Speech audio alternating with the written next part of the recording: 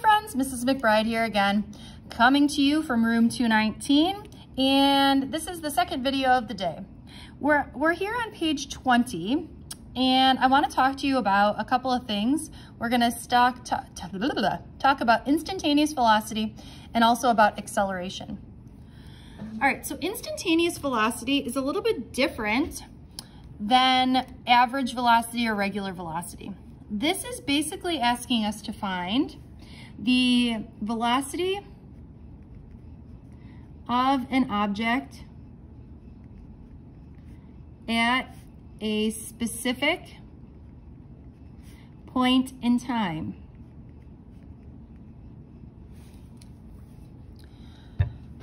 Last summer, I got pulled over by a police officer when I was leaving Darien Lake, and he told me that my instantaneous velocity was 55 miles per hour in a 35 miles per hour zone.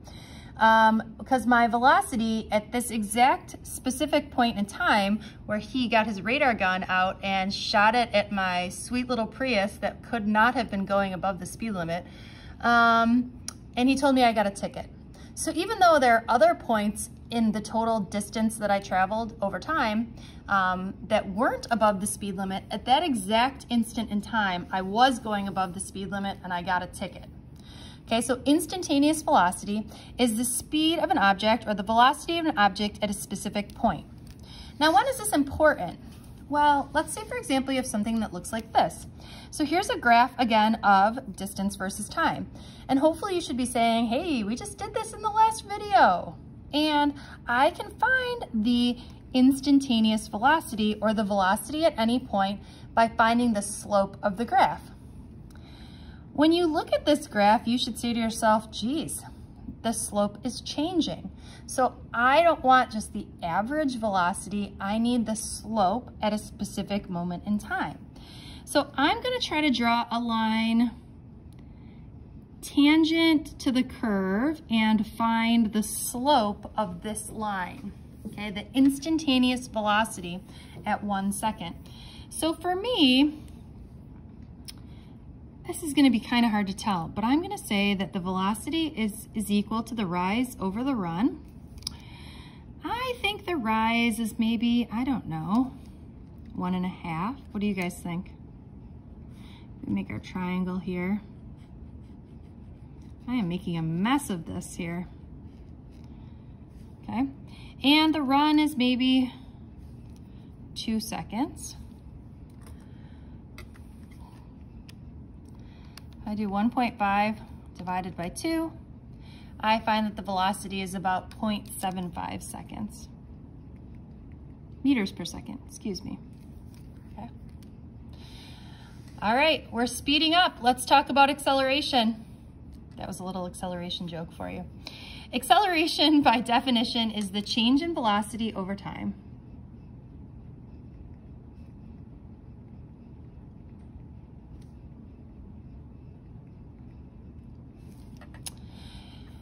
You can both accelerate or speed up, or you can decelerate and slow down. This question says, what does the sign of the acceleration signify? Well, if acceleration is positive, that tells us that we're speeding up. And if the acceleration is negative, that tells us that we are slowing down. So you can tell whether something is speeding up or slowing down by taking a look at the sign of the acceleration. What types of acceleration are there? Well, we said that there is both speeding up, there's slowing down,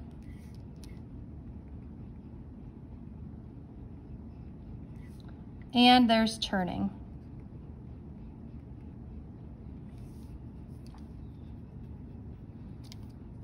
We'll talk a lot more about this turning acceleration later, so don't really worry about it, but I just want you to know that there are really 3 different types of acceleration, so just keep that in the back of your mind for later. All right, so what happens if you have 0 acceleration? What does this mean about the motion of an object? Well, there's a couple of things that it could mean, right? So thing number 1 is, well, you could mean that you're at rest. I'm assuming you're sitting there, maybe at your desk chair, watching this sweet YouTube video, and you are at rest, and you're thinking, I'm not moving. There is no change in velocity over time, okay? The other possibility is that, what if you're moving at constant velocity? If you're moving at constant velocity, there's no change in your velocity over time, so you could really have zero acceleration.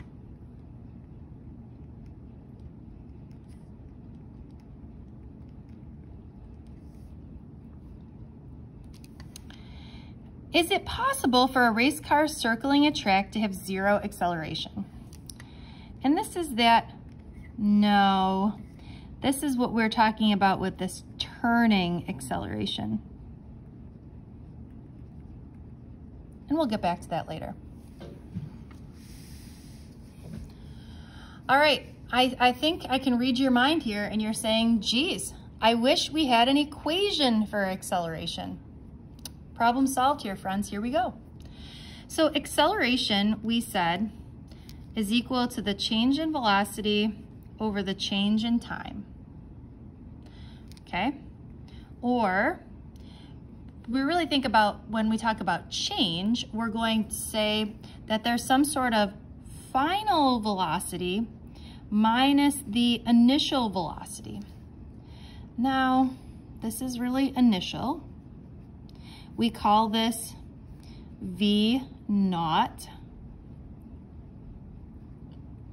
And the word naught comes from nothing, right? V naught, V nothing, or the initial velocity. And this is the final velocity. Now, why do we use those funny symbols? Because we do, okay? So this would be our formula for acceleration. Now, what are the units of acceleration? Well, we take the units of velocity, which you know are meters per second, and the units of time are second. But instead of writing meter per second, we're actually going to write meter per second squared, okay? And acceleration is also a vector, so it's going to have both magnitude and direction. A lot of times we're not going to worry about that direction though, sort of like these practice problems. Let's do one of these practice problems together, and then I want you to pause the video and do the second one on your own. This one says here, a 747 airliner reaches its takeoff speed at 80.5 meters per second in 30 seconds. What is its average acceleration? So we really need to use our equation here that says acceleration is equal to the final velocity minus the initial velocity over time. What is the final velocity? Well, that is its takeoff speed. What is its initial velocity? It doesn't say. Well, we can assume that if it's an airplane, that its initial velocity is 0. Do you know very many things that don't start from 0? No. And as we do this more often, you can just sort of cross out the 0. You don't need to write that. And in this case, it also gives us the time as being 30 seconds. So we can solve for what is the acceleration by doing 80.5 divided by 30. Or I'm getting an answer of 2.68 meters per second squared. Okay, let's do the next one together too. It says a horse is running with an initial velocity of 11 meters per second and begins to accelerate at negative 1.81 meters per second. Okay, hold on a second. There's a lot going on here. When it says negative, what does that tell you? It tells me that the negative means we're slowing down. The question is, how long does it take for the horse to stop? Okay, so again, if we use A equals V minus V naught over T, let's figure out what we have here. Well, we have the acceleration, negative 1.81 equals. Well, what's the final velocity in this case? It sort of says, but it's not explicitly clear. What's the horse doing? Well, the horse is coming to a stop, right? So when you come to a stop, what is your velocity? Well, your velocity is 0 when you're stopped. Minus, what was my starting or initial velocity? 11 over my time is unknown. Okay, so what I really have is negative 1.81 equals negative 11 over t. I'm going to multiply both sides by t to get the t out of the denominator. Coming up here, I get t times negative 1.81 equals negative 11. I divide both sides by negative 1.81.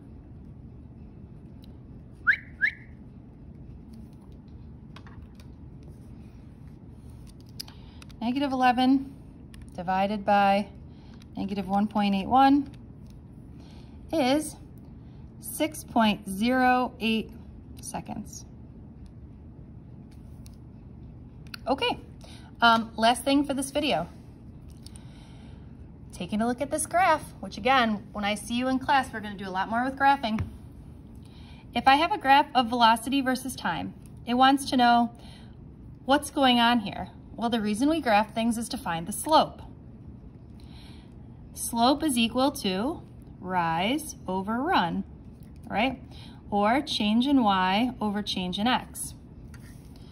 In this case, the change in y would be v, or delta v, and the change in the x-axis would be the change in time. So you're saying to yourself, well, the slope is whatever the change in velocity over the change in time is. Look at what the change in velocity over change in time is. It's the acceleration. Okay, so in this case, the slope represents the acceleration. So just as a quick recap from both videos, because this is going to be really important. If you have a distance versus time graph, as a reminder, the slope is equal to the velocity. And if you have a velocity versus time graph, the slope is equal to the acceleration. Okay, friends, hope you had a nice day off. You've got a quick Google form for you to fill out, so I can tell that you've watched these videos and you have some sort of understanding as to the way this has worked. Have a nice day.